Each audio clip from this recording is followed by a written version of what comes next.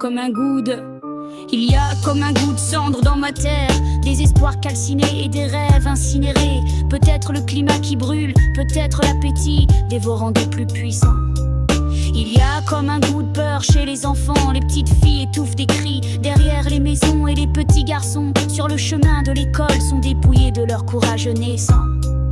Il y a comme un goût d'injustice dans l'économie, l'argent détourné se déverse de toutes parts dans les poches des uns, tandis que la sueur salée des autres s'évapore entre leurs mains vides. Il y a comme un goût de dictature au sein des démocraties, la même main invisible qui choisit chacun des candidats et les machines qui savent les résultats des élections avant le décompte des bulletins.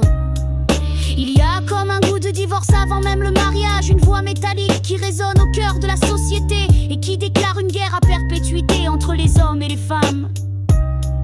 Il y a comme un goût d'ignorance dans l'opinion publique, quelque chose de desséché dans les informations mainstream et quelque chose de prématuré dans les conclusions du tout venant.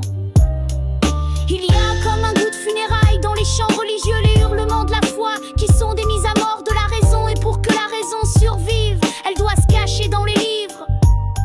et dans le murmure de ceux qui essaient encore de réfléchir quand tous chantent et prient. Il y a comme un goût de trahison dans les amitiés, les grandes amitiés sont mortes avec le passage du bac et elles ont été remplacées par les grandes ambitions et les grandes jalousies. Par le poison de la comparaison douloureuse, il y a comme un goût d'envie de meurtre chez les dirigeants politiques chaque fois qu'ils entendent qu'une intelligence éveillée entreprend de s'exprimer sur les choses de la nation et les choses du peuple, parce que eux, ils ont prospéré sur le sommeil et l'ignorance des masses.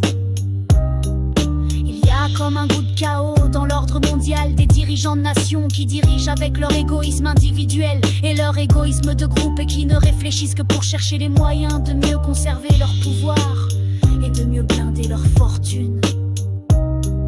Il y a comme un goût d'indifférence dans le ciel, des milliards de prières qui se brisent contre le mur du grand silence cosmique et les croyants qui sont obligés de se répondre eux-mêmes en remplissant le ciel des projections de leurs propres pensées, de leurs propres chimères.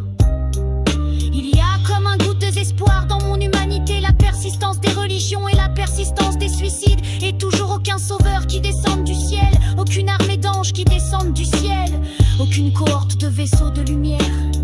qui descendent du ciel. Rien qu'un peu de pluie.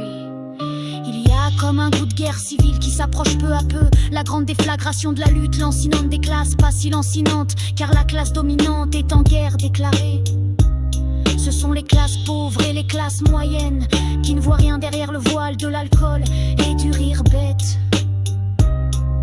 Il y a comme un goût de larmes chez les jeunes diplômés, derrière le courage nécessaire pour se frayer une place dans le monde du travail, les larmes des sacrifices continus et des luttes sans fin.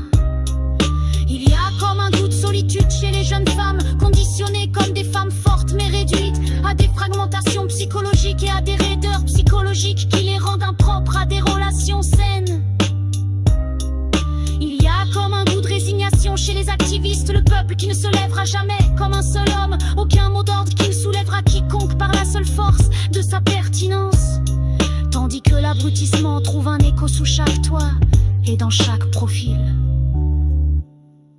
Il y a comme un goût de révolte dans le rap, la seule musique qui regarde en face les problèmes les plus importants et qui refuse d'annoncer les mêmes âneries que les autres musiques destinées à faire tourner les reins et à faire sautiller les seins.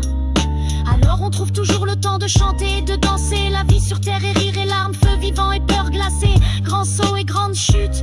la volonté de se relever et de continuer d'avancer. La grande promesse vient de la vérité d'elle-même, l'esprit qui ressort de tout cela grandit et toujours pur. Des nuits de tristesse et des journées de travail qui font fleurir de nouvelles idées et de nouvelles actions, des temps de bonheur qui se dilatent au fur et à mesure en gagnant du terrain sur les revendications de la souffrance.